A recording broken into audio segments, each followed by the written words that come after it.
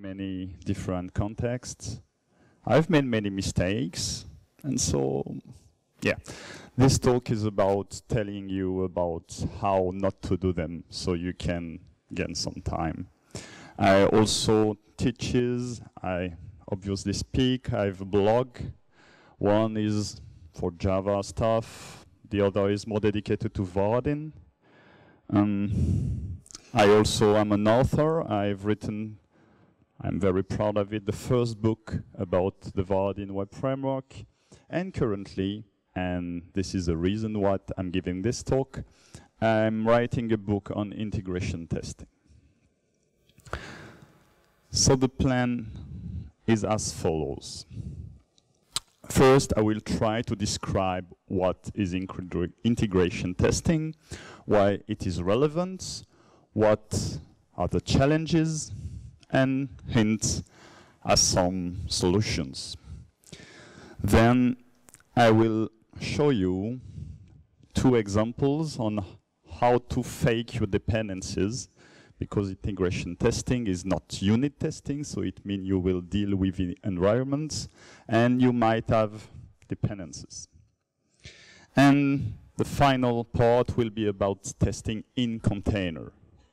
So this is very specific to integration testing. That means, yeah, you're not isolated from the context. You're not isolated from the container, from the environment. So you have to know how you can run your test inside the container.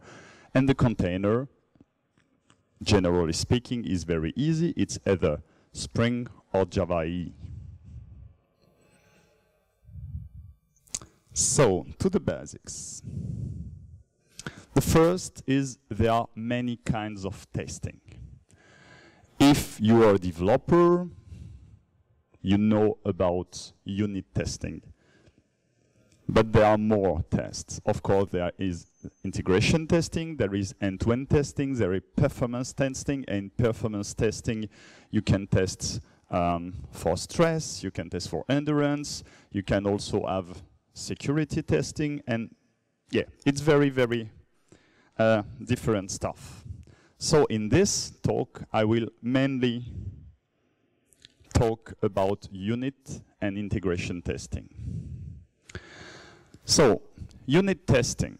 Unit testing in the Java world is about testing a class in isolation, and this is very important. You don't want to test your class interacting with other stuff around. Okay?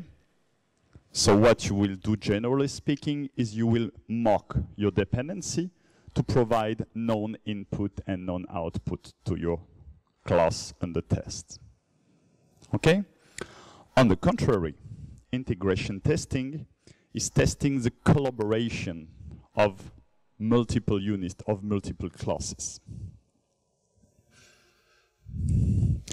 So, just to be very, very clear, because this is very important to have the same words to describe the same reality. Let's take a prototype core. So unit testing, if we take this prototype car, would be to test each piece, each nut, each bolt separately, and verify and check it works properly. Whereas integration testing would be to take the car on a test drive and see how it performs. And the funny stuff is now there is some sort of holy war on the internet going on that no, you should do only unit testing because it's the only real truth. And other people are saying, no guys, unit testing gives you nothing, gives you no trust in your software. It's the only way to know that your software works is to do integration testing. And I work in Switzerland, so I'm for peace. And you have to do both, actually. Why is that? Because would you take your prototype car on a test drive without having tested each individual pieces then if it fails, it will cost you much, and it will be too long and too expensive. On the contrary, you wouldn't produce a car by only having tested the pieces. Makes sense? So both are necessary. Unit testing is very important because integration testing is expensive. It takes time. And so you want to make sure that the pieces are up to your specifications. But the only way to have trust in your software is to do integration testing. Because by unit testing only, you only check the behavior of each class, not the whole.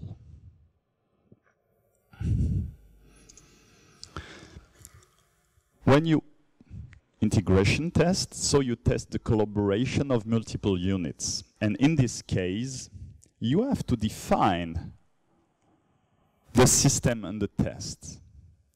So this is something which is very specific to integration testing. By unit testing, you test only a single unit, but by integration testing, you can test 2 units, 3 units, 4, 7, 10, 100. So this is something which is very specific to your context, to your application. You can have integration tests for small scope and integration testing for the whole application. So this is also something very important when you design your test, to think about that. As I said, integration testing is very expensive. And you do not test because quality is nice, because it makes you feel warm inside. You test your application because you want to gain money. Because the risk of delivering, of shipping a software that is not up to your specification is high regarding to the cost of your tests. So the thing is that the larger the scope of your system and the tests, probably the more fragile the test will be, because then you will change a piece and your test will break. And so it will be less maintainable, and the return of our investment will be less. So in this case, I advise you to organize your test in a pyramidal way. And at the basis of the pyramid are unit tests, and they should be the more numerous. Okay? And then you can build integration tests, and you have more integration tests with smaller scope, and perhaps 1, 2, 3, depending on your context, integration tests with the whole scope. And then if you want to go even further, which is not part of this talk, you can do end-to-end testing, which means you start from the UI side. Okay? But this is a way to have the most relevant return of our investment. Integration testing presents unique challenges to you. The first is that the tests are brittle, fragile. Because you will be dependent on your environment, you will be dependent on database, you will be dependent on web services, you will be dependent on file system, you will be dependent on many, many things, which will change from environment to environment. So the problem is brittleness, how to address brittleness. Second is integration tests are slow. You know that unit testing should run, your build with unit tests should run under 10, preferably 5 minutes, because you want real quick feedback. Integration tests by definition are slow because you will be dependent on other resources that you do not manage yourself. So this is another problem to address. And the third problem, and that's why you have to organize your test in a pyramidal way, is that the larger the system and the test, the larger the scope, the harder it will be to diagnose if something fails. And that's why you want to have unit tests. because you want to remove the possibility of a computation being wrong. So how to cope with that? The first way is to separate your integration tests from unit tests. So this way, you can run your integration tests and run unit tests separately. So you keep your build standard first. The second way, and it's the harder to do, in my opinion, is to fake your dependency. You fake your database, you fake your web services. And the final way is to test in container. And this is very, very, very important. So let's see each in turn. The first thing you might want to tell me that it's not because you separate integration tests from unit tests that it will make them run faster. Of course. But this way, you can still have a standard build running under 5 minutes at each commit, continuous integration and stuff, and have hourly, nightly, whatever you want, build running integration tests. So the feedback won't be as quick, but at least you will have something.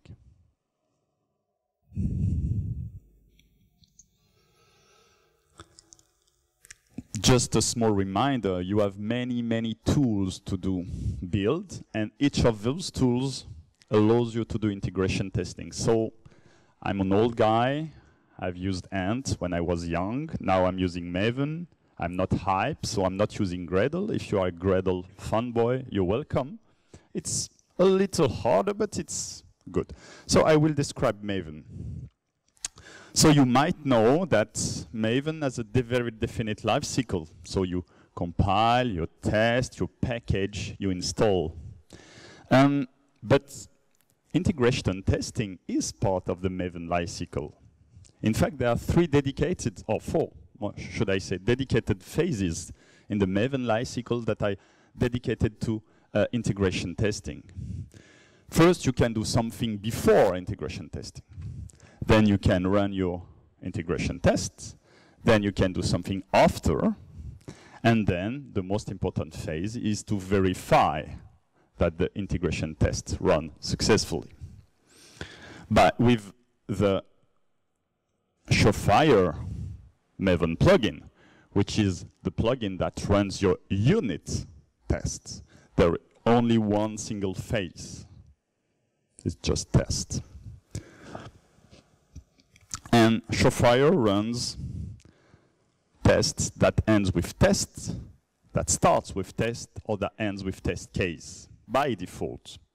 And it's a good way to keep those default. It's a good idea, sorry. Maven also provides a plugin to run integration tests. And this is called fail-safe. Who knows about fail-safe? Hey, great, that's good. Basically, Maven guys did just a copy of Surefire and then changed something. And what did that change? The defaults. Now you have to end your test with IT, to start them with IT, or to end them with IT case. And then failsafe will run them. A very big difference between failsafe and Surefire is that failsafe is not bound to the lifecycle by default, and this is very important. Which means if you don't configure your POM, your integration tests will not run. So, just a little snippet here. You have to use this snippet to bind. And this is the smallest snippet you can find. Basically, and this is very easy, I'm binding the integration tests goal to the integration test fail, and the verify goal to the verify phase. So this is the bare minimum. You can, of course, also bind the post and the pre-integration test phase if you really need it. And at this point, once you have done that, you can use any continuous integration server you want provided, of course, it integrates Maven, which they all do, also all widespread do.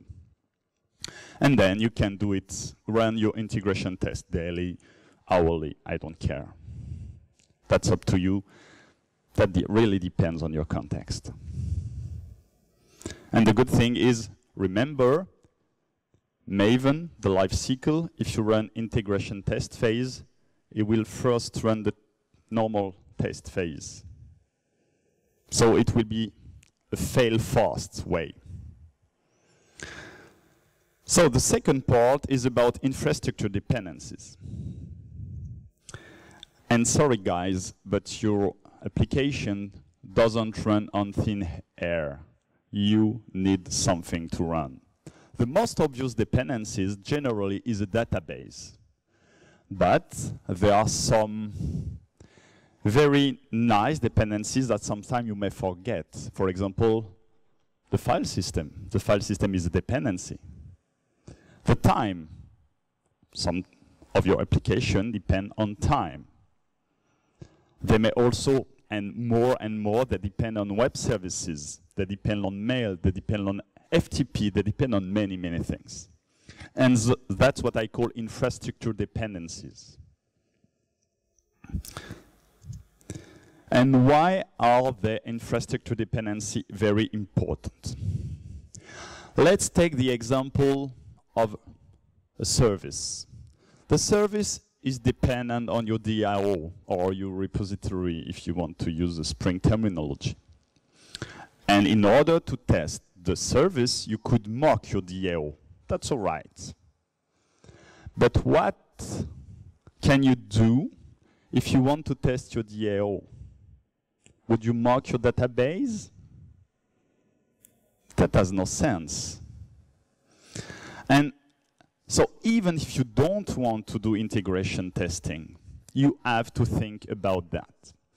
So let's take the database as an example, which is a real nice use case. And in my experience, I've used Oracle, which is the most widespread one. You have three different ways. The first is to use an in-memory database. You will use HSQL, or you will use H2. And I will comment H2 and you will see why. But then you will have to hope for the best, because HSQL is not Oracle. So I hope for you that you didn't type in some very specific Oracle SQL. Otherwise, you cannot test it. The second way is to use Oracle Express, which is free. Guess what? It's not the real Oracle production database. So you will still have to hope for the best. The third possibility is to use one remote schema for each developer running integration tests. It is the most expensive, but it is the best way to ensure that it will run properly. And of course, the option depends on your context. As for in-memory database, I would suggest you use H2 and you use a small stuff that is called the mode. And there is a mode for each widespread common database. And with this mode, you can reduce, not completely remove, but reduce the possibility of a gap.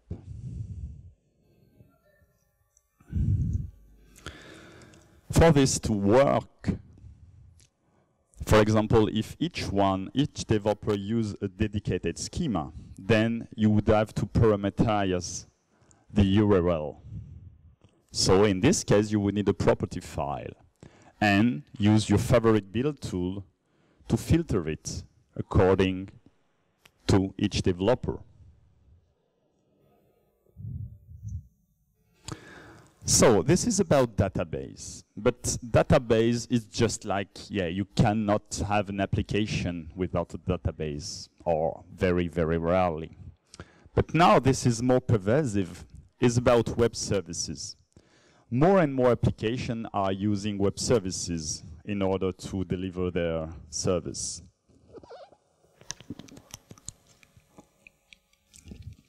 And of course, there are two different kinds of web services that you can use. The first kind is your own. So there is another department in your company that provides a service, and you consume it. The other way is to consume an external service, for example, a Google Map API for geolocation and stuff like that. But there is also another way to look at web services, and it's about the kind. There are two different kinds. One are based on SOAP, you know, the real enterprise stuff, and the other is based on REST, the hype stuff, very lightweight. And in my opinion, you have to have a dedicated solution for each. The easier, of course, is REST. Okay, what do we need? We would need an HTTP server. We would need something which is very easy to set up, which is standalone, which can be embedded in tests. So let's use Spring MVC. Quite good. In my opinion, Spring MVC is still too heavyweight for my testers. And I found something which suits me better, which is called Spark. Anyone knows about Spark? Great. So Spark is a small embeddable HTTP server that you can embed in your test, and which is inspired by the Ruby Sinatra web framework. And I use it just to wire my JSON file. And as you can see, it's very easy to set up. Basically, you set the port, you tell the HTTP method you want, what it will be mapped to, and what it returns, and you're done. And of course, I'm using the Java 8 syntax because, hey, yeah, it's hype, but you can also do it with plain old Java 7.6.5. So this is what I would recommend.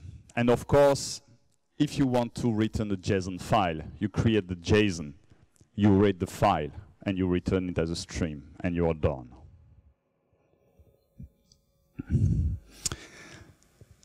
It gets much harder if you want to fake SOAP web services. You can still use Spark, but it will be very, very, very, very hard to do.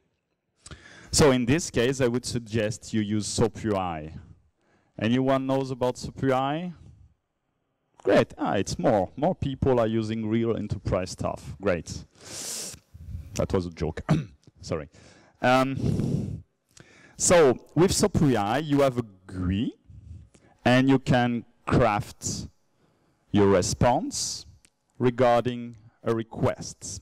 And of course, it understands authentication, it understands many, many stuff related to SOAP. How does it work? First, you get the WSDL. So either you get it online or you download it and get it from the file system. You create your mock services, you run your service, and then you can finally run your test. And of course, this is completely unacceptable if you want to run automated tests. So you have to find a way. The first is that the mock response can be dynamic. Most of the time you will find that, yeah, in this case I want this response, but in this other case I want another response. So there are two ways to achieve that. The first way is to create static response, and depending on the request, wire the response you want to return. The other way is to create a dynamic response. And so this means you will need some code. So be very, very wary about it,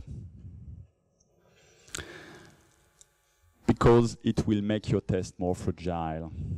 And I told you that our goal was to make tests not brittle, to have a higher return over investment. And if your test breaks every 2 weeks, at some point, someone will put a @ignore on your test. So you will have less coverage, and this is not what you want in the first place. So we want to run it in an automated way. And the good thing is that SOAP, Smart Bear, the company behind SOAP UI, provides an API. So what you can do is to prepare everything from the GUI and then integrate the file from SOAP UI into your tests and then run it each time in an automated way. Beware in this case that it's not too brittle, because if it breaks, you will have to load the file again in the GUI and change it from here.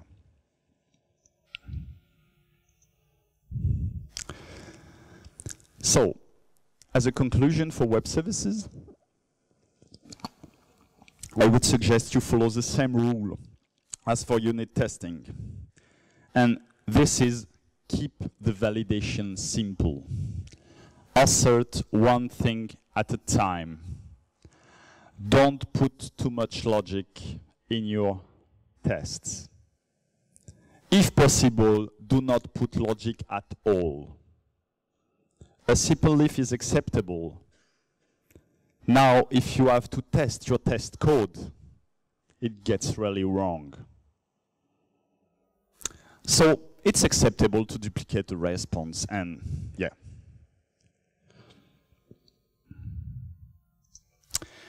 So, and this is the last part about in-container testing.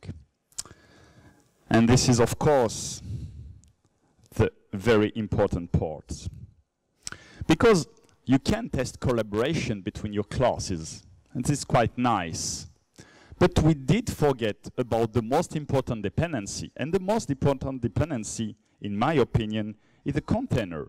Whether this container is a proprietary container, such as Spring, and proprietary, yeah, between quotes, or the JavaDay container. Let's take Spring, which I have the most experience with. So far, we tested services, and this is quite good. We tested DL, which depends on data source. This is also quite good. But what about the configuration? We never tested the configuration.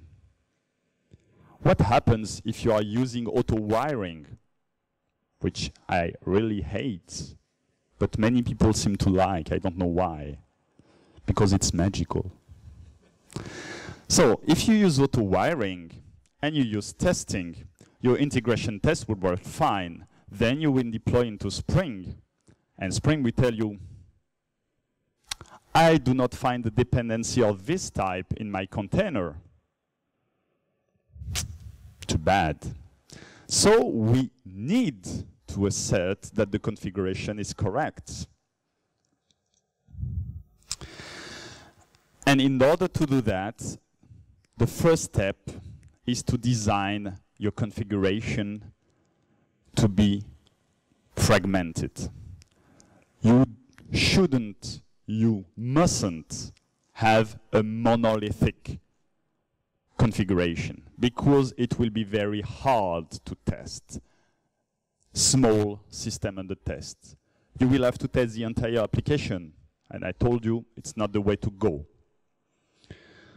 So you have to create fragments, and in each fragment put either real beans that will be used in tests and production, such as services, and you will have to put fake beans, for example, the data source. So this is a way to fragment your configuration file. Here you have the main configuration where you will have services and repository, and the repository will be dependent on the data source. And then you will have two configuration files. One for the real production data source, which will be based on GNDI, probably. And the other will be for your test, for integration testing, and which will use your own data pool, such as Tomcat's data pool, based on a direct connection to the database. How does it translate? Very easily, and this is nothing mind-blowing. Probably you already know about that. You will create, in the first file, you will create a GNDI lookup with ID equal DS. And then, in the second file, you will use the data source of Tomcat with the URL, the username, the password, the driver, with the same bin ID. So, your main config file with your repository, the repository will be dependent on this bin ID, DS. So if you run into production, you will use the first file. If you run into test, you will use the second file. And in Maven, this is how it appears. You will have SRC main resources with the data source configuration, so the GNDI stuff. And in SRC test resources, you will have the data source with URL and username and stuff. And because Maven, if you execute tests, put resources and classes in SRC tests before SRC main, the second will be loaded during your tests.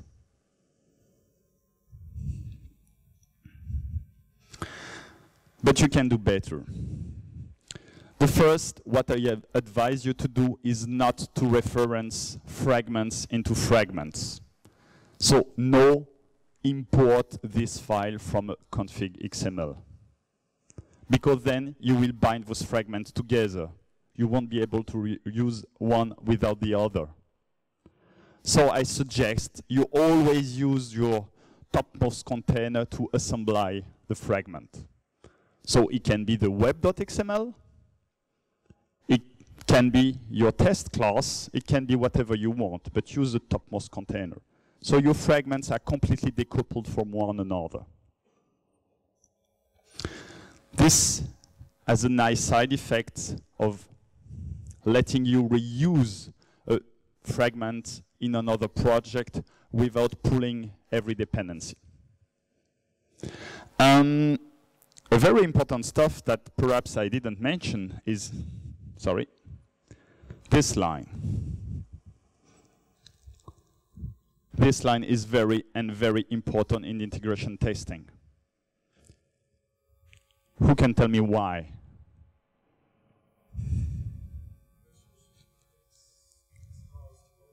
Yeah, exactly. One challenge you might face during production is data pool exhaustion. Basically, you take the connection from the pool, and somewhere in your application, someone forgot to release it, to give it back to the pool. When it happens in production, it's a nightmare to find who did that, where it is located. Really hard. So use integration testing to test that. By putting a single collection into the pool, you will notice very fast who didn't release the connection. So this is a very important tip. And my third tip is forget about XML, forget about auto-wiring, and use JavaConfig, because JavaConfig is explicit, and you don't want magic injection. That's bad, again. And it's compile time safe. It's not XML. You don't have to run your container to check that, oh, you forgot something. You forgot the case. Because the compiler will tell you, no, you forgot something here. So use it, please. Okay, now how would you test? You have to access two stuff. The first is the entry point and the endpoint to test the results. And there is this nice Spring module called Spring Test, which integrates with the most widespread testing frameworks. The first, the old one, is JUnit. And it's tracked. Because I found out that there is this other nice testing framework called TestNG, which integrates into Maven, into Spring Test, into anything, and has nice properties for integration testing. So why should you favor TestNG over JUnit? First, TestNG has every feature of JUnit and more. The extra features are the following. First, you can group your tests in any way you like. So you can group your tests per layer. You can group your tests per use case. You can cross. You can do anything you want. You can have a group for very slow tests, anything. So this is very nice. It has extra lifecycle hooks. Basically, in JUnit, you just have before and before class. So 2 hooks. In JUnit, you have before suite, before group, before many things. So many more lifecycle hooks. The parameterization of JUnit test is a hell. It hurts my eyes, really, just to look at it. With TestNG, you've got the data provider stuff, which lets you provide the parameters from a dedicated method, which is nice, or from a dedicated class, which is even better. And the final stuff, which is the killer feature, is the ordering of Java methods, of Java test methods. JUnit is about unit testing, and so it doesn't allow you to order your method. But when I do integration testing, I want to order them. Why? Because I don't want to have one single behemoth method. I want to have small methods. So if one fails, I will see its name and see where the failure is located. And in this case, I would like to put this very big method into many small methods that are ordered, that are sequential. So you can use TestNG now. And of course, as I said, TestNG integrates very nicely with Spring Tests. So you have to extend, and it will be very hard for me to say that because it's too long, so please read it. Yeah, many people are making fun over Java because of these long names, but anyway. Spring Test also offers you the way to aggregate the configuration fragments I talked about. And finally, you can inject any bean that is necessary into your test class. So there are 2 ways to do this. Either you inject the bean you need, or you can have a reference of a application context directly. And of course, I would favor injection. So this is a simple, very simple class. As you can see, I use the context configuration annotation I talked to you about. The classes, I make the assembly in this test class. I extend the very long name. I auto-wire the other service that I want to test, and then I can test the stuff.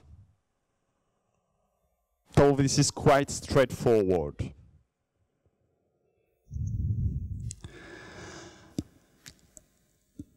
So another problem you might encounter by doing integration testing,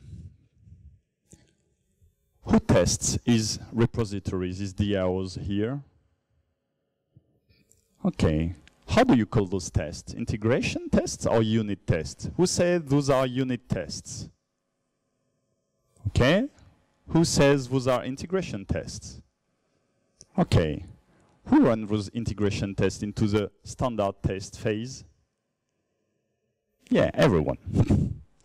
So those are integration tests, and you should be very, very wary that they are fast enough to run into this phase. So just as a matter, if you want to test only your DAO layer, remember that transactionality should be part of the service layer. Okay, so this is something to be very wary, very cautious about. So probably you would need to test only your DAO to put the @transactional annotation directly on your test methods. Another interesting fact about testing with the database is that sometimes tests will fail. That's expected. They are here for a reason. And when they fail, the first thing I do is to check the database state. Too bad, because by default, Spring tests roll back the transaction. So I'm left with a database that is not meaningful to me. So I would suggest that by default, on every test class you have, you use this annotation, which will make Spring not roll back the transaction.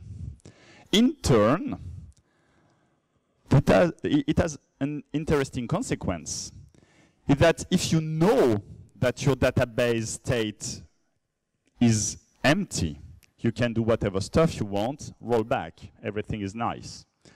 If you want to leave your stuff after the test has run, before to run the other test, you will have to remove the leftover. So you just have to switch the way you look at the test. It's not do something, then clean up. It's first clean up, then you leave everything. So think about it, please. So this is the way how to use a default rollback. And of course, if you really want to roll back on one method because it's not meaningful to you, you can override this on a per method basis using the @rollback_true annotation. So this is nice, but who is using Spring MVC?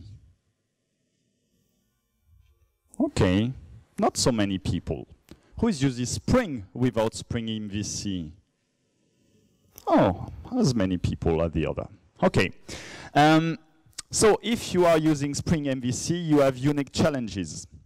The first is Spring MVC uses a context hierarchy. So you have the parent context and you have the web app context in a parent-child relationship. And those contexts are not standard application contexts. They are web application contexts. They give you more features. So how to do that with Spring Test? Yeah, Spring Test provides something called the WebAppConfiguration. And magically, without you doing anything, it will be a web application context. The second stuff is it also provides the @context hierarchy, so you can organize your context in a hierarchy, parent-child. Generally, you will only need 2 levels. So how would you test now a Spring MVC application? Basically, you can do it on different levels. You can do it on the HTML level, you can do it on the HTTP level, and you can do it at the controller level, like any other Spring application. At the HTML level, you can use Selenium. The way to use Selenium is to say, okay, this is a web page. I will locate the button with ID foo, and I will click on it. This is nice. It works. But my experience taught me that it has a very, very low, even negative, sometimes return over investment. Because the page is the most fragile stuff there is. ID changes. DOM changes every time. So there are mitigation techniques, but this is not the scope. You can use the at the HTTP level, you can send requests and check response. But it's very, very low level. And also this is very fragile. And finally, you can test at the controller level. So like any method you can test in Spring, you can test the controller. But then you will lose something. You will lose all the stuff that is around, which means you will lose Spring security stuff, the interceptors, internationalization, and what have you. So it's not integration testing.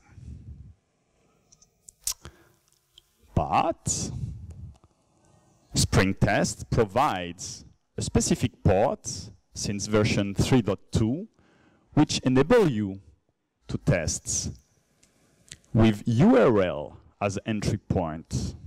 So you have the best of both worlds. So here is a very big schema. The most important stuff is this one, the mock MVC, which is the entry point. And as you can see, it inherits from the dispatcher servlet. So it's very well integrated into the Spring model. And mock MVC has 3 different plugged-in possibilities. The first is to configure the request that you will send. So for example, you might want to send a request with a token, with a parameter, with anything you want. The second is to check the results. And the third is to do something. And the only out-of-the-box something there is now is to print out, to log the response and the request. So to build the request, it's very easy. You specify the HTTP method. It's a static method on the mock MVC request builders. You can specify headers, contents, what you want. You can also specify things that are related to the JavaDay model, just as request attributes, sessions, stuff like that. It's up to you.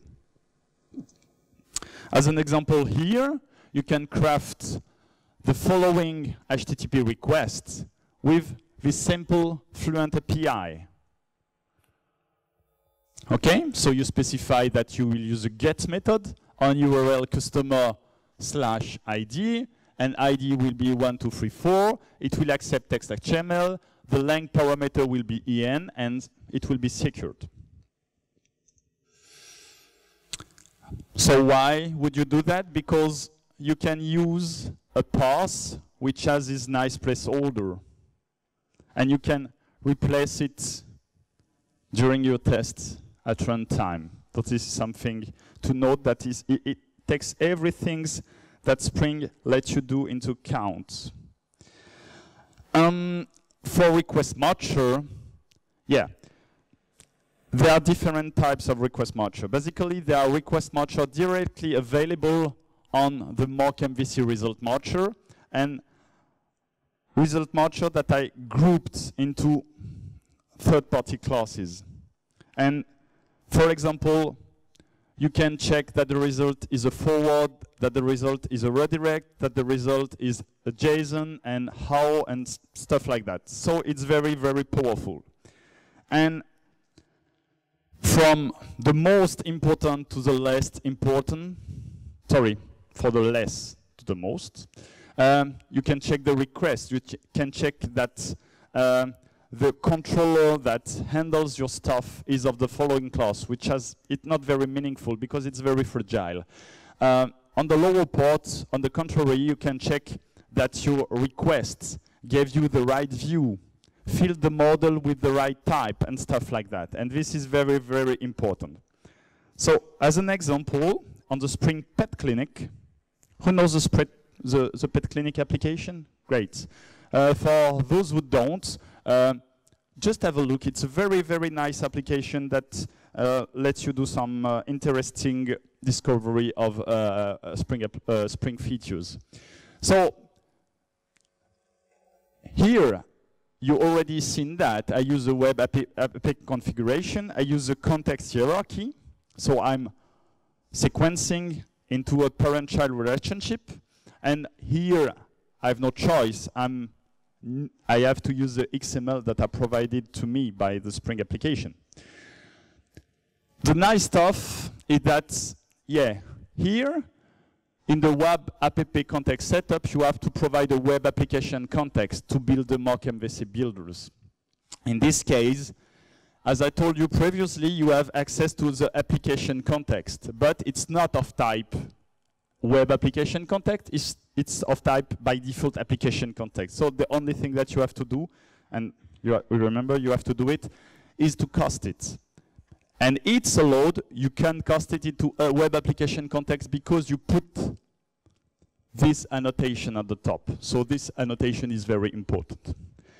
And then, in a very fluent way, you can check that when you use this request that I built just there, then I expect that the view's name is this one, and that the model is filled with an attribute that is called pet. As always, you have to be very cautious about going into the details, because you will want to test everything down to the smallest detail. But the deeper you go, the more fragile your test will be. So it's a trade-off. You have to know about that. In the JavaDay world, and this is the last part, so if you want to eat, then it will be like 5 or 10 minutes more.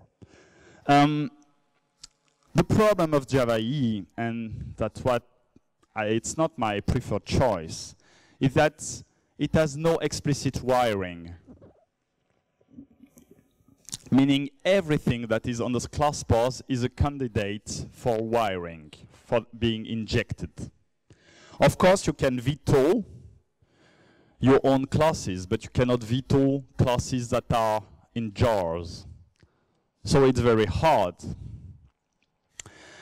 And another problem with JavaDay is that you have different application servers. So if you create your application for your company, probably it will always stay the same. But if you create a product, it will run on different application servers, and you want to ensure that it's compatible with all those servers. So to address the first problem,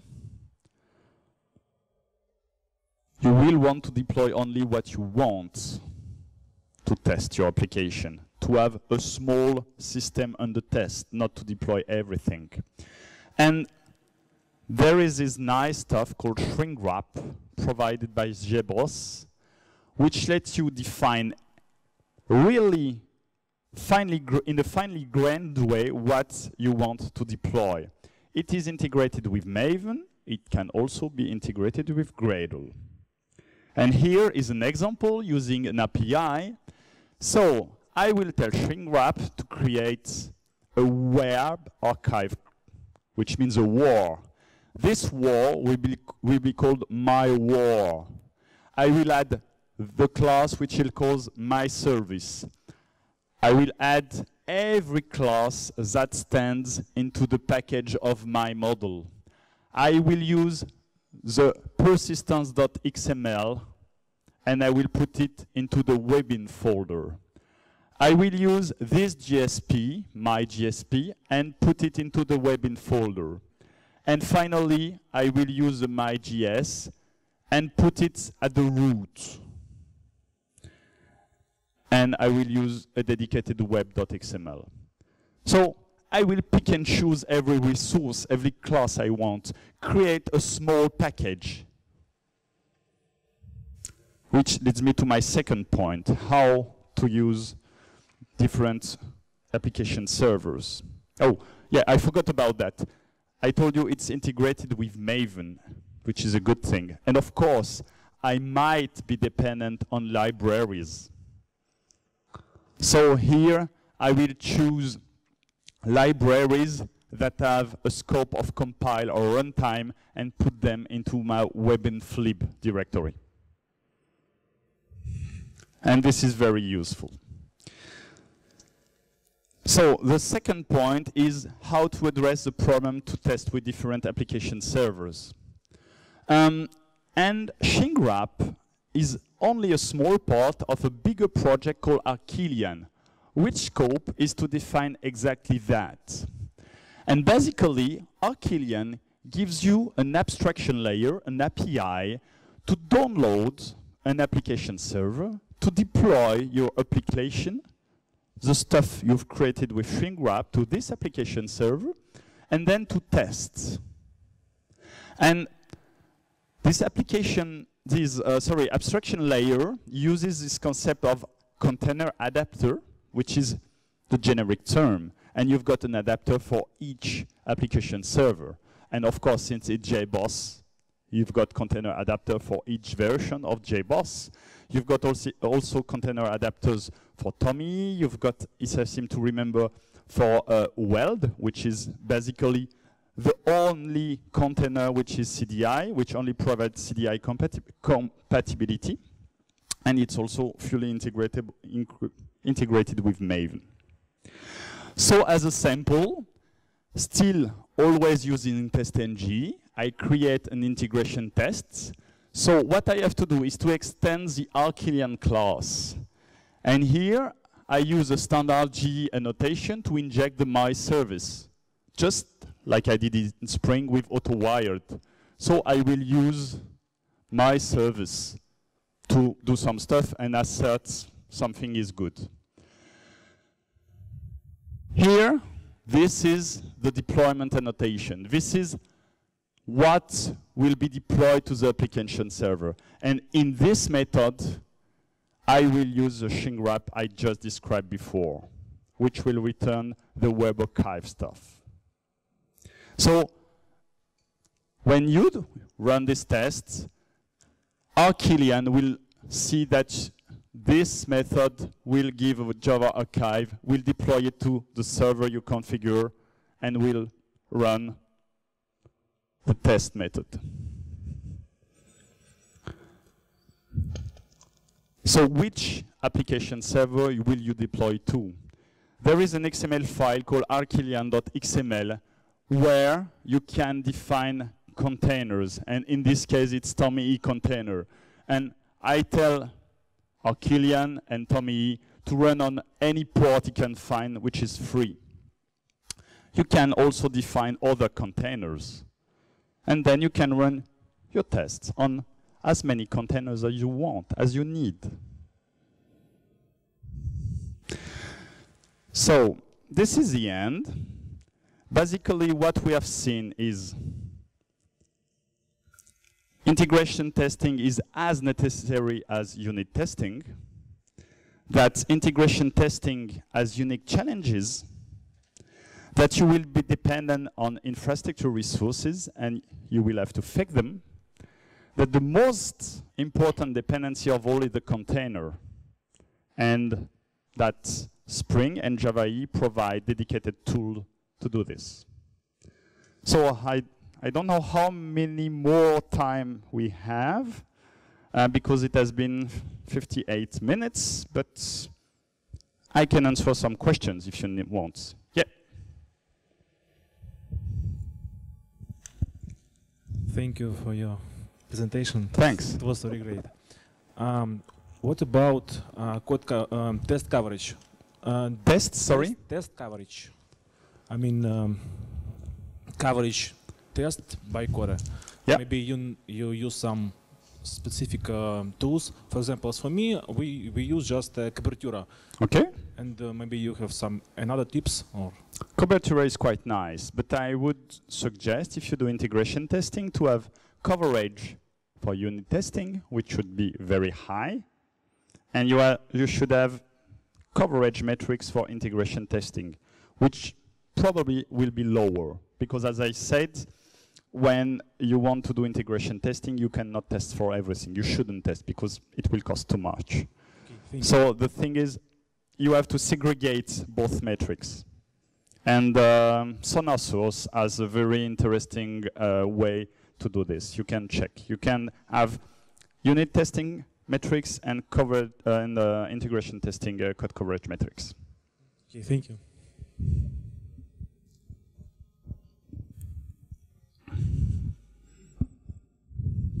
When you're So when you're doing an integration testing or the in-container testing, there's frequently dependencies on the data in the database or state of external services and all this stuff.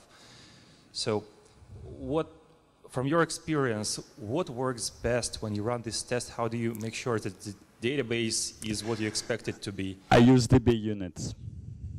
I use DB unit before and DB unit after. This is a way, this is quite expensive, but generally it's worth doing it. Basically you describe your data in an XML web file, and you tell DB unit parse this file, put everything to initialize the tests. And follow-up question, how do you maintain those, or how do you build those XML files and how do you maintain them? That is expensive stuff. That is not very maintainable, to be frank. That's why I try to be as small as possible. And I did many mistakes, that I told you. And yeah, you don't want to initialize all lists of country, for example. You just pick 2 or 3, that's enough. You don't want to be exhaustive.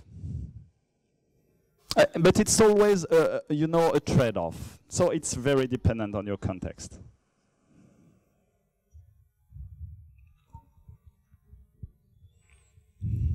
On some projects that I have been working for, I saw that integration tests reside in separate Maven module. So the question, is it good to do, or what is the advantages or disadvantages of that? It's not a bad thing to do. I did that. Generally speaking, the first time you do that, it's because you don't know about the integration test phase. So that, because you don't know, and as I told you, you want to segregate your integration testing from your unit testing, because they take too much time. The quickest way is to put that in a separate module Maven project. It has some drawbacks, because if you put them in a dedicated module, then you will not run unit tests before, which is perhaps not a very good idea. But it's not really bad.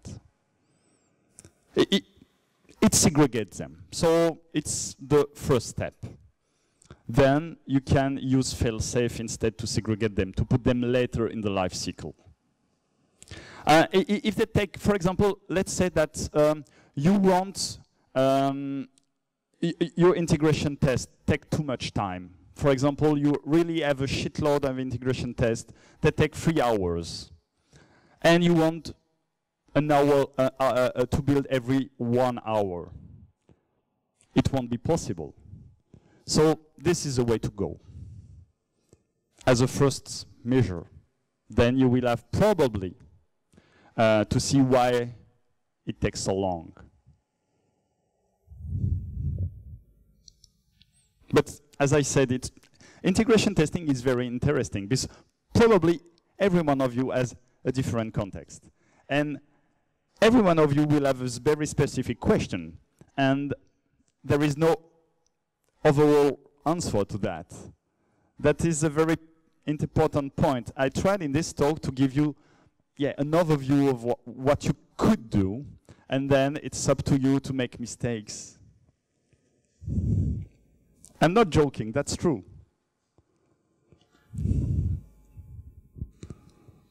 I have 2 questions. The first one is, you mentioned about feature of TestNG that we can control flow of test.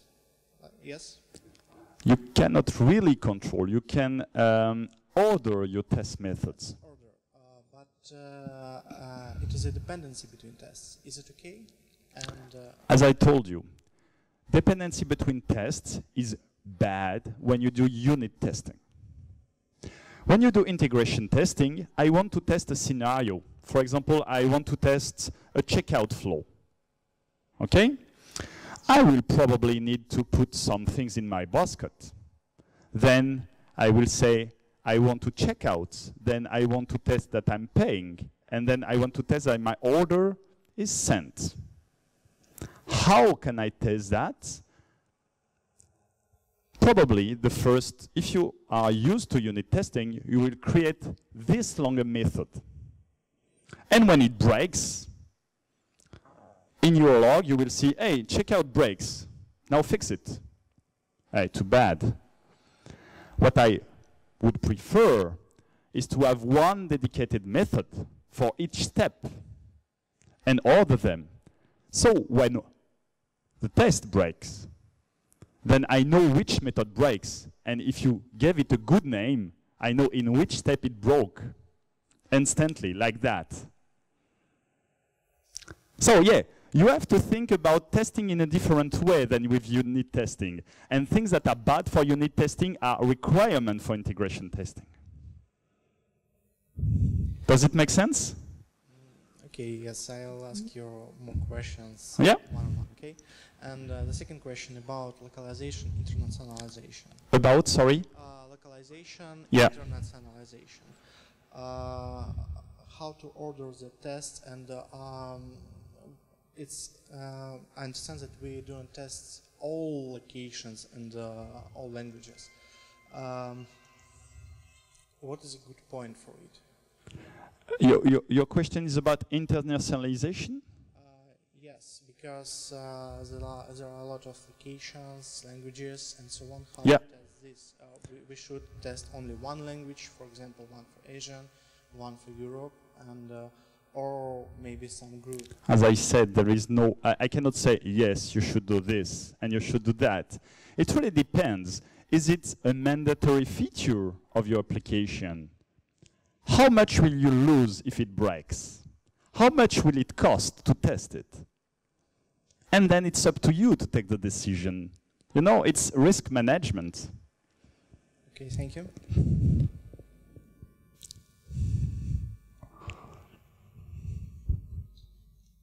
Thank you for a nice presentation. Thanks. I have two questions. First question is about Spring Test API. When I first, my first experience with that API was that you have a desire to use it in your test also. I mean, like dependency injection into your test cases, for example, right? But soon we faced with a mess, because when you inject dependencies in your test case, some dependencies you want to be injected, some dependencies you want to be, you know, mocked manually, and it became a real mess. And now we are making a conclusion that it is really better to to assemble bins manually and to test Spring services manually without this test API, and that it is really better to use Spring Test API in very specific cases. What is your own experience about this? So, you are very right in that if you want to have a small system under test, some things you want to inject and some things you want to mock. That's perfectly normal, and that's a real requirement. By using dedicated fragment files, as I encourage you to do, you can do exactly this. You can mock some dependencies, and you can inject the other. I tried using a project called Spring Keto, which lets you directly use define mocks in Spring configuration fragments. It doesn't work very well, but you can do the same thing manually, and it works. Yeah, but for example, just one last point about this is that, for example, even if you use dependency injection in your test cases, then you will test not usually you will test not one little fragment of your business logic, but this will be a chain of beans, right? And one injected into another, so it not all dependencies of your bean will be a mocks, right? So it won't be a unit test. But that depends on how you define your fragment configuration. Really, I can show you with some picture. Okay, that would be nice. And the second question is about Spring configuration itself. So, how did you have an experience of writing tests which verify that Spring context is assembled correctly itself? So I mean, this when you are getting an error when your Spring application starts that some dependency wasn't found, etc., just to make it to get a fail fast, right? Yeah. Yeah. Have you tried some practices to verify that your Spring configuration is assembled correctly? When you can do that. You can do that. You just create a test, like I showed, saying context configuration, the location. You assemble them. You put them into the Spring container. So through the abstract test-ng test, and you just check it works. Actually, it could be difficult, but for example, it is just an idea. You could just take your application context and verify that bins are assembled correctly. Yeah. So. Sorry again.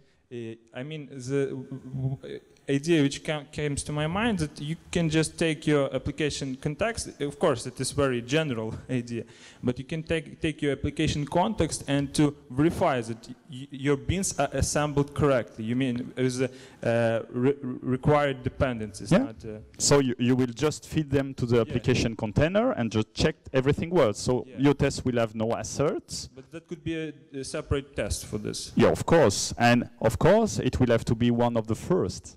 If not the first, because then you will fail very fast. If something is wrong, you do not need to pass the other tests. You use such tests, right? No. No. Okay, thank you. But it's a good idea.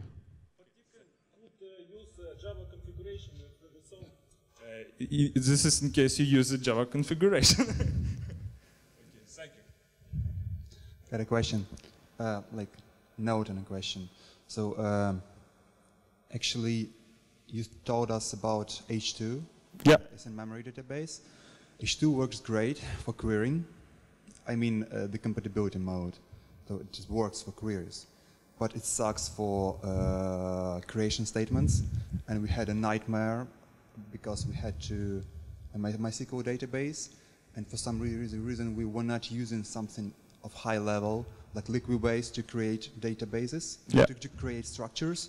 So they Liquibase to version the different schema. I mean, there are tools that maybe not Liquibase to define your schema in a different manner, like XML, for example.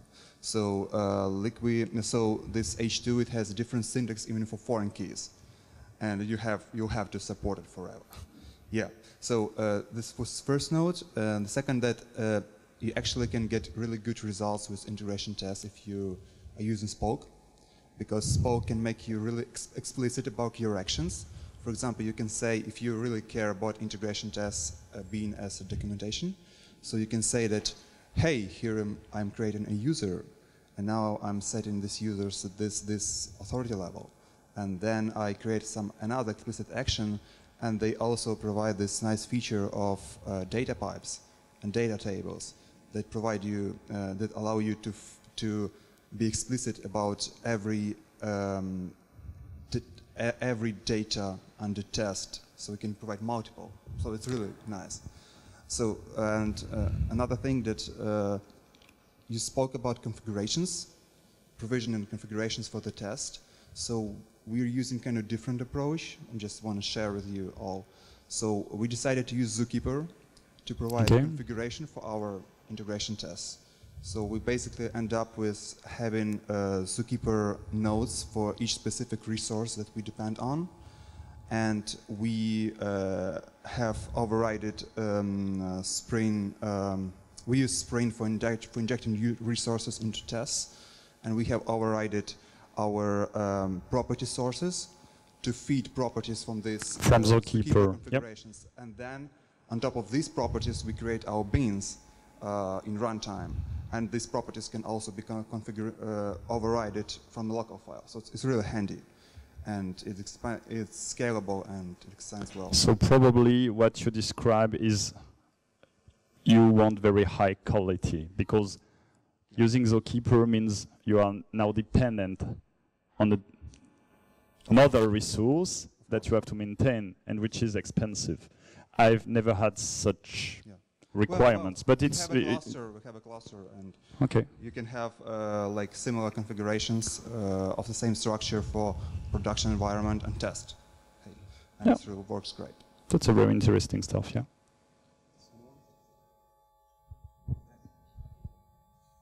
I have one more question. What is the preferable way, according to you, to test private logic? Private stuff in business logic. Private stuff in business logic. Because from my experience, I have to trade off with some annotation, for example, for test purposes only, and I know that it's not very good to reveal this information if it's considered to be private, but I have to test this, so I'm dealing with annotations. Is it another way to do this? Again, I'm not sure I understand your points. You have to test what, private methods or private data? Some private methods in business logic, and how to do this. So there are two different ways to see this. The first is to say, hey guys, you should only test your public API. So what is private stays private, and it's all. Sometimes it happened to me that, yeah, I want a public API, but I don't want, you know, my public API might be one method and my implementation might be this big. And in this case, what I do is to make the method package protected. So I can test it, but I do not let other people use it easily. I think that it's the best trade-off. But as said previously, it really depends on your context, because if your public APIs are only two private methods, it makes no sense. So you really have to have one entry point which gives, which is an entry point to really a big lot of code. And you want to make sure that each can be tested, or some very important can be tested independently from one another. But as said, that might depend on your context. But making the stuff package protected is a way to get the best trade-off, I think. I see, thank you. But it's not about integration testing, it's just unit testing. You said that each feature should be covered with unit test and with integration test. But what about if I have unit tests and some automated functional tests on test environment? Do I still need integration testing? It depends, and the question is, the question is whether did you ship any software with failures, with bugs that could have been avoided with integration testing? How many did it cost you? How much? And how much will it cost you to create an integration test to cover this and to maintain it? It's always about ROI. So if you find that it costs you 1 million and integration testing will cost you 10,000, of course you should do that. If it's the opposite, you shouldn't. But integration testing and automated functional testing are some kind test the same way but different. Function testing can, for me, is after integration testing, because it's on a higher level. With integration testing, you're still very low. You're still dealing about code, about infrastructure, about configuration. Functional testing is above. So, if you just do unit testing and functional testing, perhaps there is something missing. If you find out that when you deploy, when you ship your application, the configuration is not right. I don't know. That's up to you to find out. Okay, thank you. Okay, thank you very much.